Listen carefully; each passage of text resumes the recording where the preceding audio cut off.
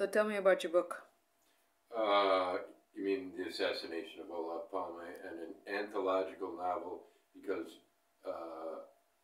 you feel that people don't always know what it is. And do you know what it is? No. Please explain. Okay. Well, The Assassination of Olof Palme is an anthological novel, and it's going to be published in 2 volumes. The first volume is already out, and it's got about 70 names on the cover of contributors to the book. I'm writing most of it, but I got the idea to write an anthological novel, which is a novel with contributors who have their contributions placed in the book where I want it. So I'm kind of like a conductor. And so there's going to be 1 more volume. There was going to be 4 volumes, but I realized that if this is 17 euros, this book, because it's very well made. The printer said it should cost 24, and then went down to 20, and I said, okay, 17. But then I thought, well, if it's going to be in 4 volumes, it's going to be 64 or 68 euros. I can't do that. And so I decided to start compressing a little bit and finish it in 2 volumes. And I'll probably be done in about a month. So it'll be a 2-volume book, probably priced at separately at 17 and I'm not sure, maybe 17 for the next volume as well. And if somebody buys both at once, it'll be 30, I think, because I want it to be available. But it's utterly unique as far as I know. I don't think anybody's ever done anything like this. So that answers part of your question. So what's the criteria for a writer to be put into your book or contribute towards your book?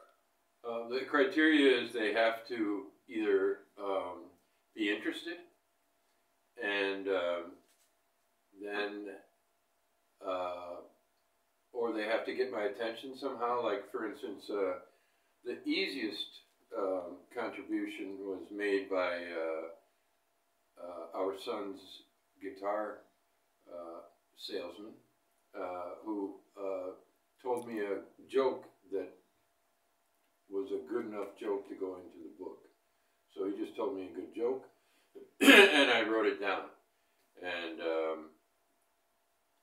it fit the sprawling nature of the book, which many things do.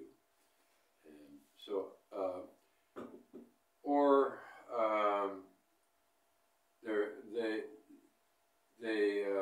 well, I'll tell you another thing is the quality of writing is an interesting question. There's at least one thing that I really had to work on to maintain the personality of the writer and the level of writing. I had to revise on my own, but keep it in the book.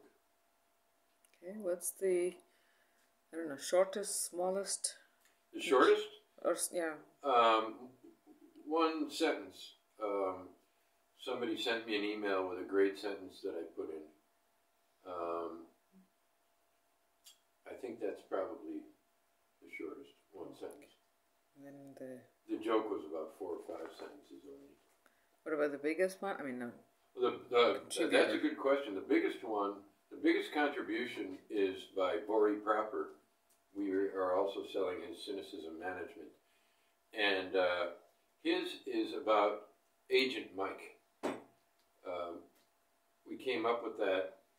He lives in Tenerife, and when I was there, we were talking about the book. And there's an interesting crime this is about the Anni di Piombo, the years of lead in Italy from the late 60s. This is the anarchist Giuseppe Pinelli, and he's pretty important to the book. He was the right-wing group called Ordine Nuovo, which took its name perversely from a magazine that Antonio Gramsci edited in the early 20s. The Ordine Nuovo was a very fascist group, and they still exist in a different guise, but they were very violent, and the United States supported them in certain ways, like the case of the accidental death of the anarchist that Dario Fo wrote about and got a Nobel Prize for. That was this guy. He was the accidentally dead anarchist. And the story is that Ordine Nuovo used NATO explosives, C4, to set off a bomb in a square in Milano, Italia. And immediately, left-wing people like the anarchist Giuseppe Pinelli were arrested. Pinelli died during interrogation by falling out a window for 4 stories. And it was December, and the great song, Ballad of Giuseppe Pinelli starts at "It's hot, really hot in Milano in December." Yeah, I was going to ask you, can you sing? Can I sing? Yeah, don't you know that? If I could remember the Italian, but it's...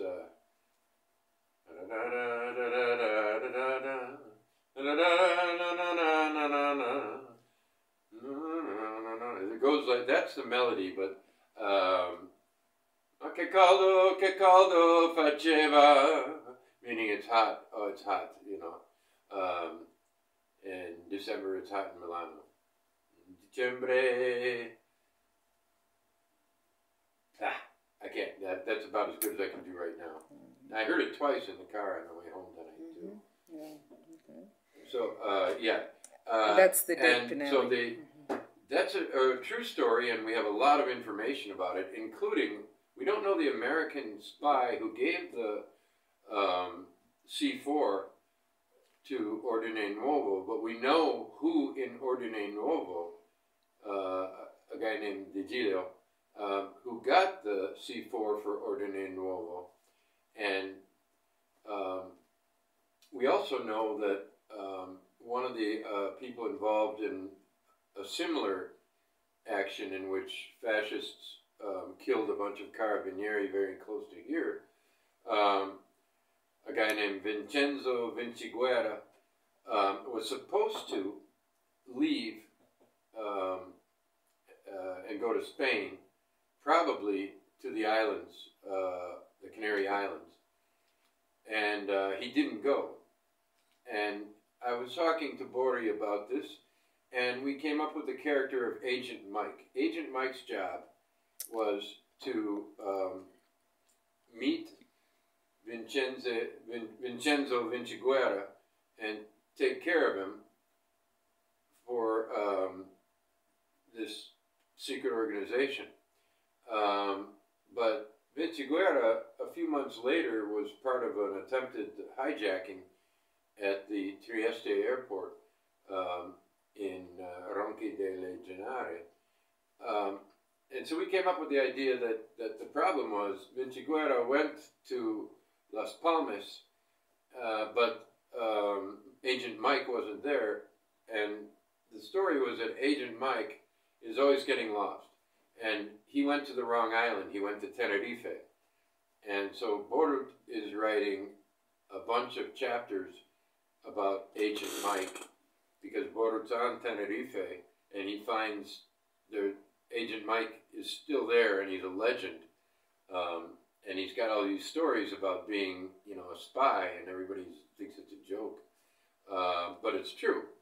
It's just that he got lost, and the last time he got lost was in the 70s, and they never found him because he ended up just staying in Tenerife.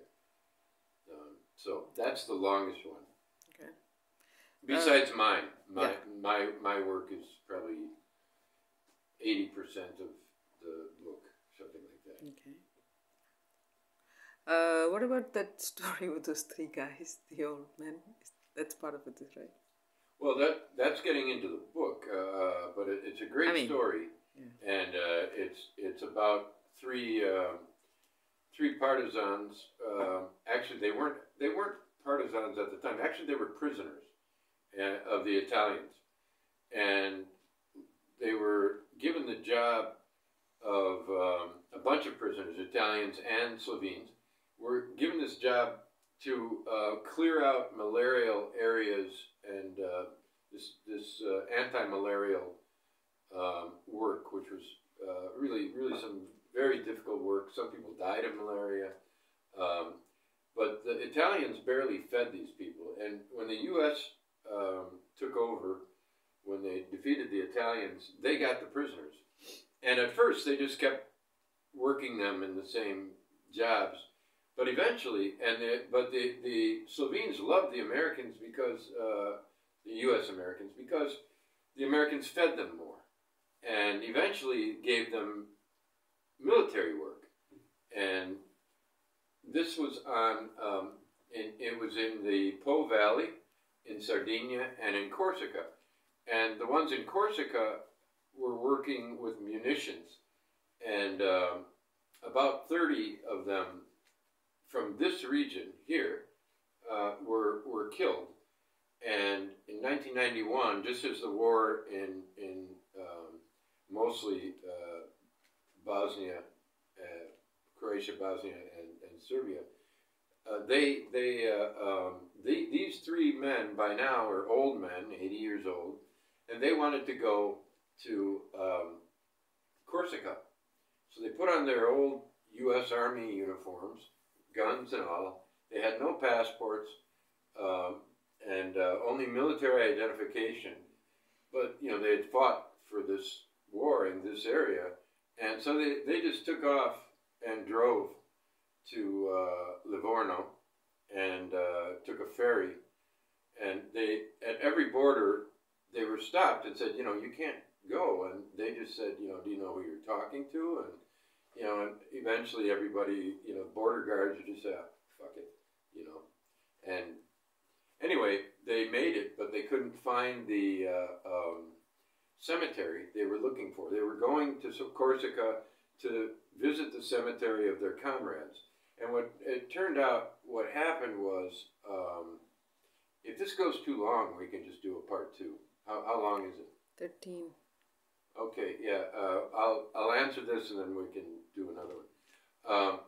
So they went to Corsica and could not find. There were a couple of military cemeteries, but there was no grave for their people.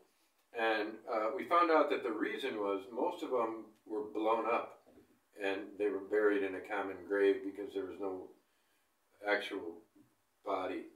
And so they never found the common grave. There's some very graphic descriptions of, especially one case where a bunch of them were blown up. They were in a big bus or truck or whatever, and it blew up, and you know there were no bodies to be found. Thank you.